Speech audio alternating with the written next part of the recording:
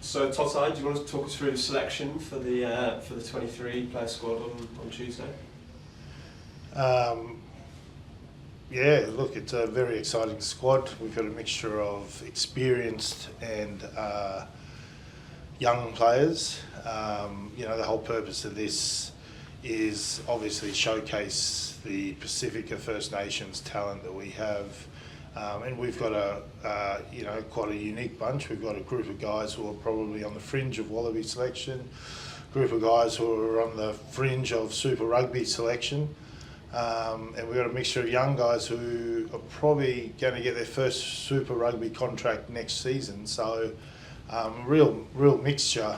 But underpinning that purpose is the culture and the heritage side of things, where they go out, unique opportunity to represent families and their cultures.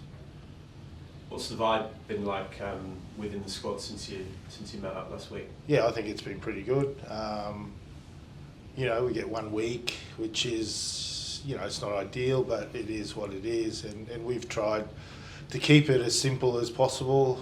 We've relied heavily on, the guys' natural talents and their existing skills that they've got, and it's we've got some bloody good players in the squad, in the team. So it's very exciting. I can't wait till they play.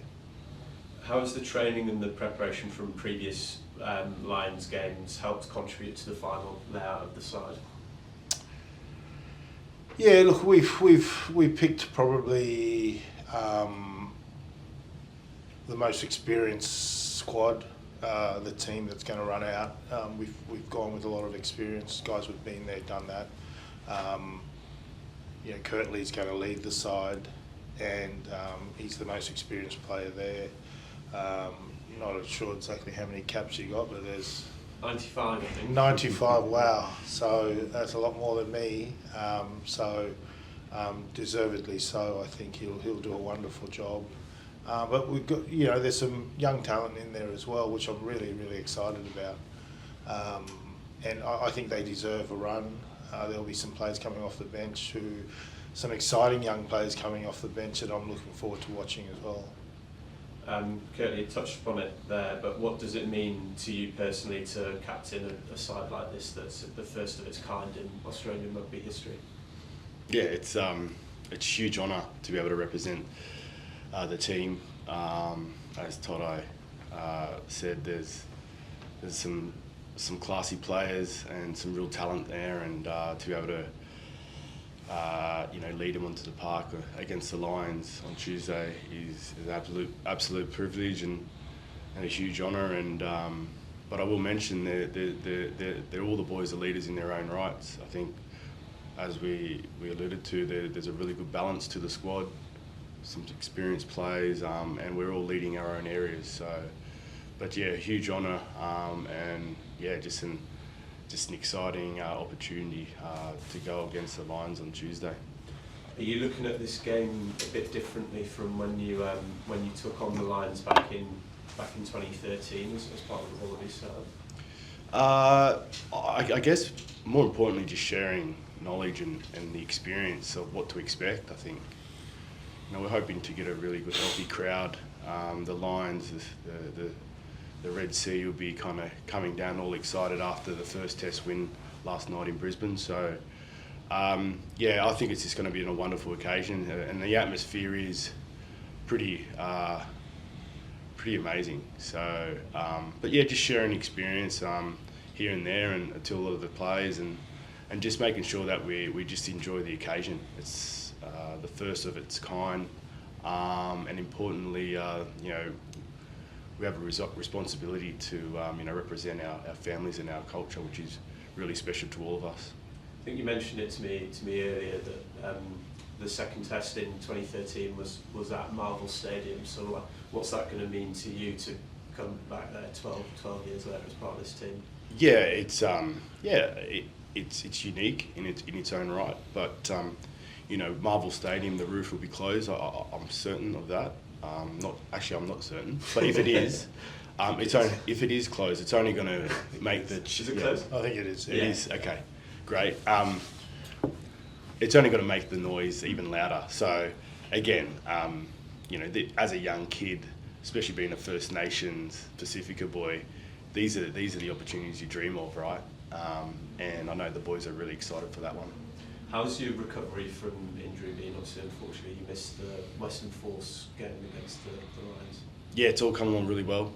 Training's been good, being put through our paces. So yeah, building nicely to the game. Did the Wallabies test last night give you any new insights and learnings about the Lions squad? Yeah, I guess the more time they've spent together, they've certainly got better, and you can see the cohesiveness, the combinations through their 9 and 10, and I guess as a whole team, and no doubt they'll bring that Tuesday night, so something that we're aware of, but again, as we keep alluding to, it's a unique opportunity for us. And it's a wonderful opportunity to go out and showcase our individual skills and collectively get on the same page to really challenge and put it to the Lions. Tota, are you able to call upon Tanya and Filippo? What's it been like having them both join the camp? Awesome. I think it's a injection of confidence. I think just having those two join the team. They're both very good players, and I think definitely test level players. They're probably not far off the test squad. So having them in camp and having them play is going to just reassure our group and give them a huge amount of confidence. In the second row, you've got Darcy Swain and Nukan Salakai-Lotta, who are obviously pushing for test selection. How important is it to have sort of 2 second rows of that experience and quality to be able to call upon? Yeah, bloody important. Those guys drive the set piece, which is very important for us. We need parity in our scrums and lineouts. So having high quality international class locks is bloody important.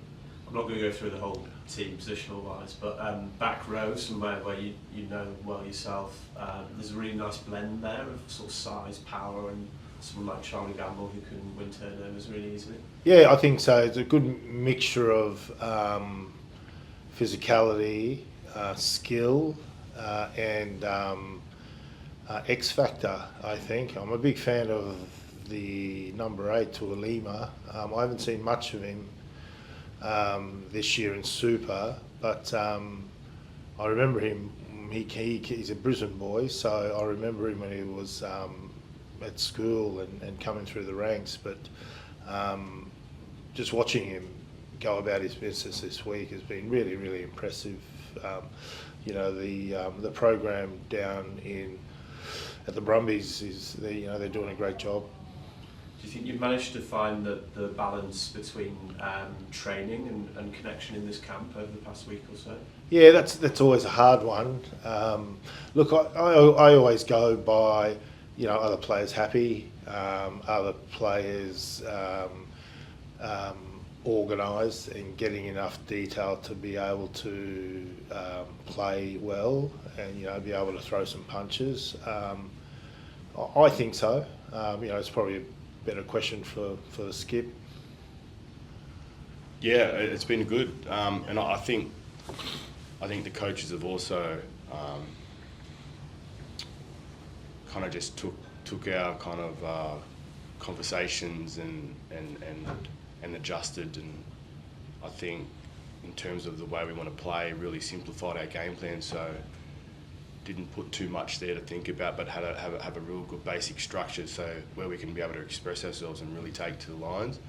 But I think in terms of the cultural connection thing, I think we had a really good start of the few days to focus on that, and I think the boys have really responded really well to that. And again, we'll just kind of keep tapping into that up until the game, and as again, it's a huge motivator for a lot of the boys, to be able to play under this banner.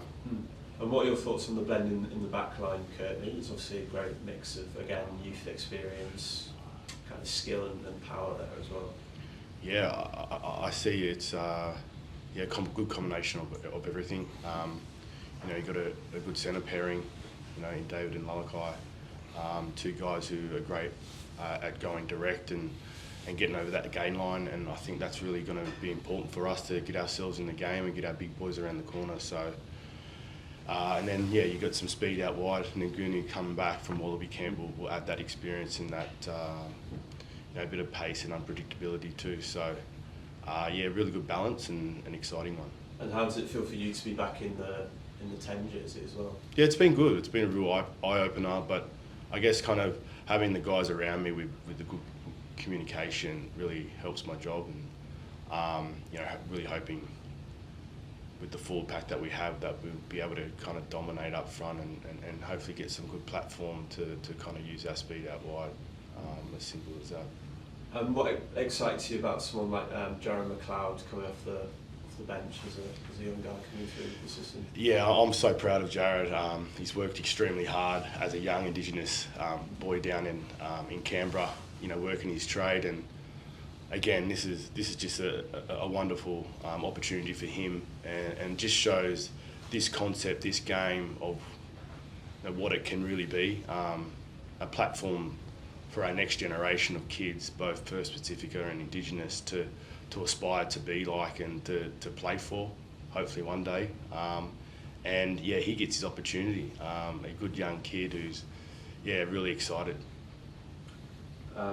Tota, what do the Fijian Drua boys add differently to the group? We've obviously got a few in the squad and two in the 23 on the bench. Well, look, they've added kind of an extra layer of flair, I think, and certainly some X factor. I think Dongair, the props had a bloody good season this year. I think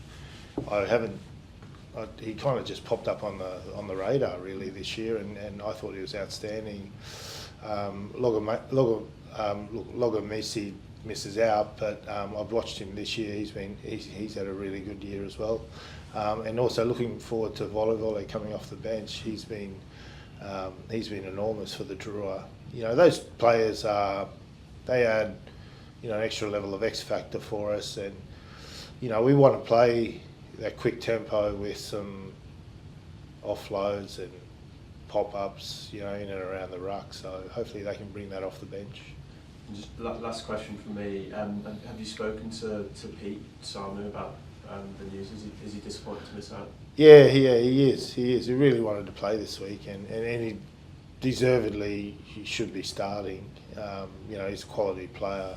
I thought that game against the game with the Australian New Zealand team, I thought he did really well, and I think this would have been if he played here, it would have only been better for the experience. So he's really disappointed, but he's been able to help the team in other ways. Is the team, or has the team been working on a haka or a sipitao to have on night? No, we haven't. We actually talked about it before assembly and at the start of assembly, and we just thought with so many kind of short turnaround, so many kind of cultures, we just kind of threw it in the too hard basket. Look, I mean, there's other stuff that we're doing to celebrate our cultures, and we've always said right from the start that the performance is going to best represent our people, and that's the way we want it. And having kind of gone through this over the past week, do you think there's a future in keeping something like a team like this alive? Yeah, I think so. Beyond this? Yeah, I think so. It's another pathway for Indigenous people and Pacifica people. I'd love to see a team like this maybe play the Maoris maybe once a year, maybe even tour through Europe. I think it's a great concept.